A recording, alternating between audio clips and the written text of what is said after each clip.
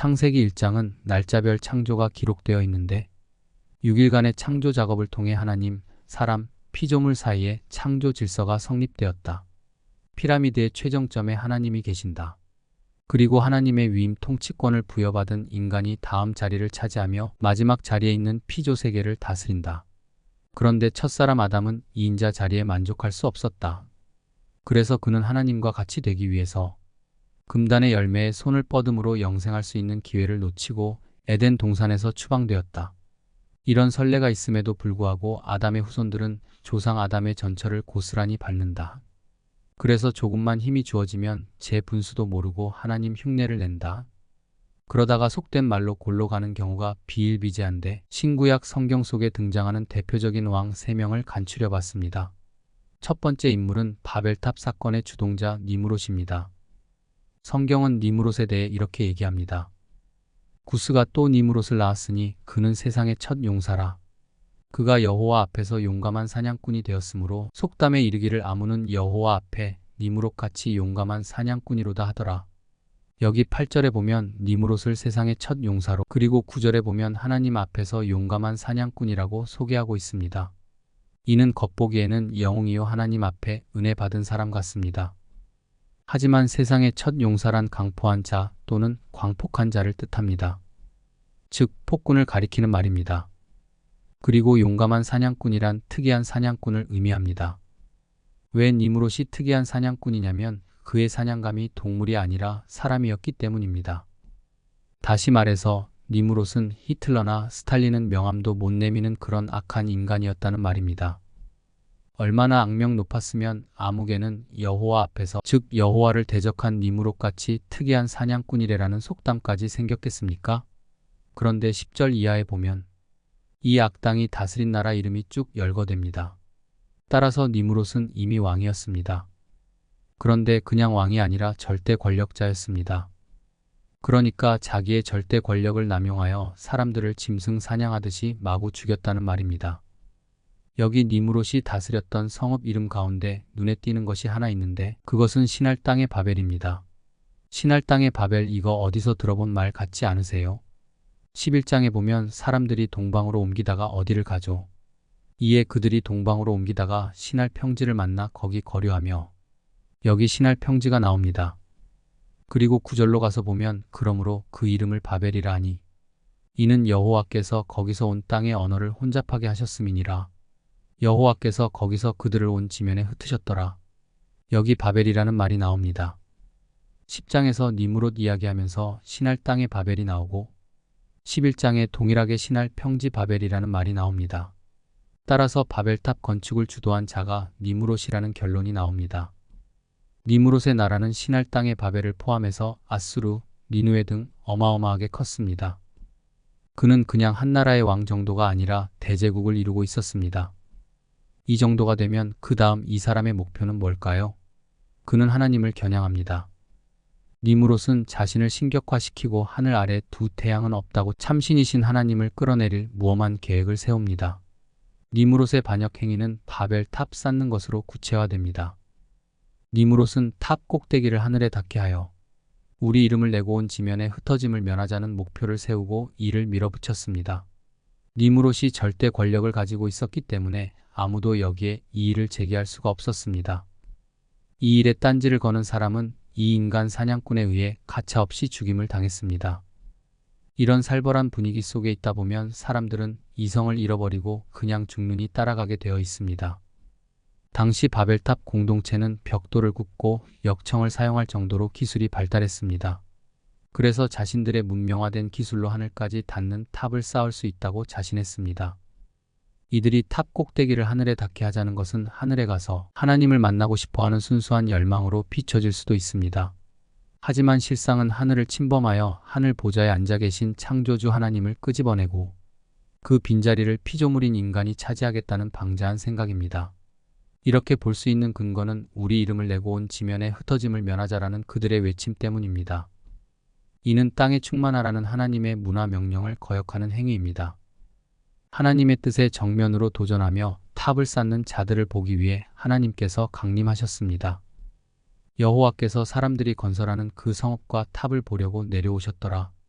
여기 내려오셨다라는 의인화된 표현은 시공간을 오고 가는 것이라기보다는 심판을 위해 임재하는 모습을 나타냅니다. 그리고 이렇게 말씀하셨습니다.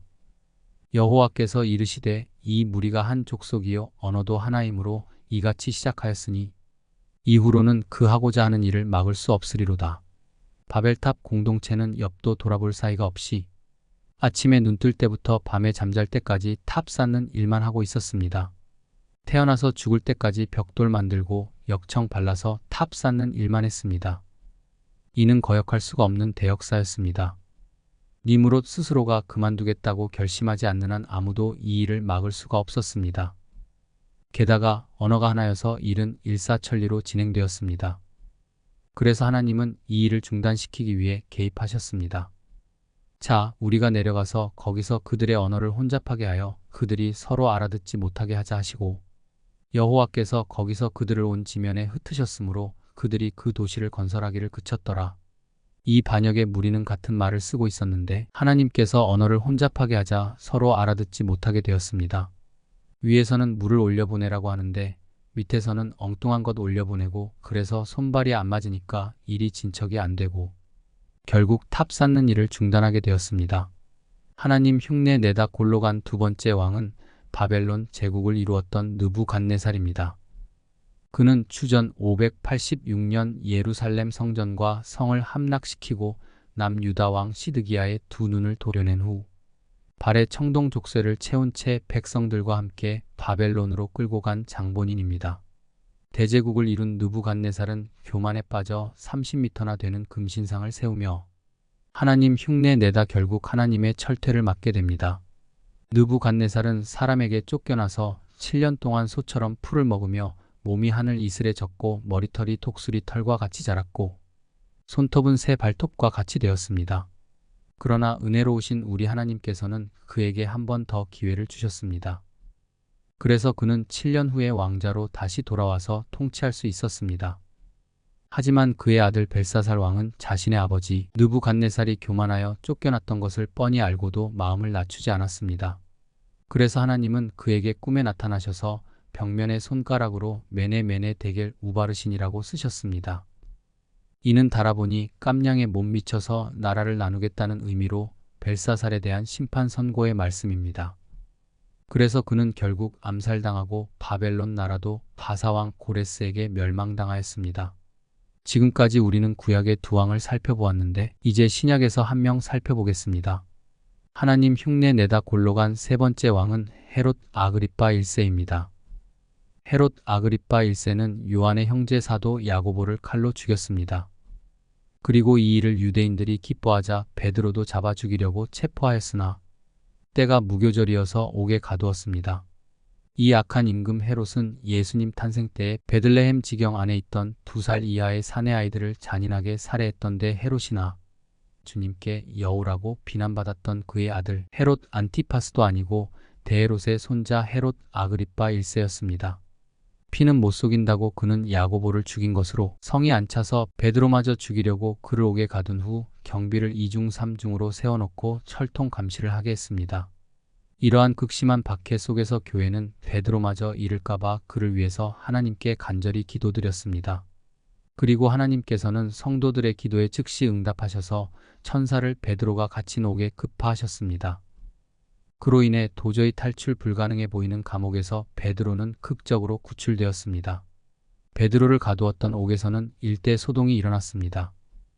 철통 감시를 받고 있던 베드로가 쥐도 새도 모르게 사라지자 흥분한 헤롯은 경계를 서고 있던 죄 없는 병사들에게 분풀이를 했습니다. 그는 수십 년 전 조부대 헤롯이 베들레헴 지경에서 그랬던 것 같이 베드로의 감시병 16명 모두를 잔인하게 처형했습니다. 그리고 유대를 떠나 가이사랴로 내려갔습니다. 헤롯이 가이사랴에서 통치하고 있는 동안 그로부터 식량을 공급받고 있던 두로와 시돈 지역 사람들이 헤롯을 크게 노하게 했습니다. 그래서 이들은 행여나 식량 공급이 중단될까봐 헤롯의 측근 블라스도에게 청탁하여 화해를 요청했습니다. 헤롯은 두로와 시돈 백성들의 제의를 수용하여 한 날을 지정하고 그날에 화려한 왕복을 차려입고 그들 앞에서 연설을 했습니다. 연설을 듣던 백성들은 왕에게 잘 보이기 위해서 마음에도 없는 아첨의 말을 내뱉었습니다. 이것은 신의 소리요 사람의 소리가 아니다.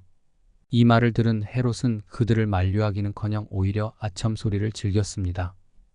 당연히 돌려야 할 영광을 하나님께 돌리지 않자 주의 사자가 헤롯을 쳤습니다. 그래서 결국 그는 충이 내장을 다 갉아먹어 죽게 되었습니다. 사도 야고보를 죽였을 때에도 하나님은 그를 심판하지 않으셨습니다. 베드로를 죽이려고 옥에 가두었을 때도 참으셨습니다. 하지만 그 누구에게도 내어주지 않겠다고 이사야서에서 2번이나 선언한 자신의 영광을 가로챘을 때에는 가차없이 치셨습니다. 하나님은 자신의 독생자 예수까지도 내어주시지만 영광만은 그 누구에게도 빼앗기지 않는 분이십니다. 그러므로 우리 신자들은 니므롯, 느부갓네살, 헤롯처럼 교만하게 굴다가 불벼락 맞기 전에 주제 파악 제대로 하고 마땅히 돌려야 할 영광을 하나님께만 돌려야 할 것입니다.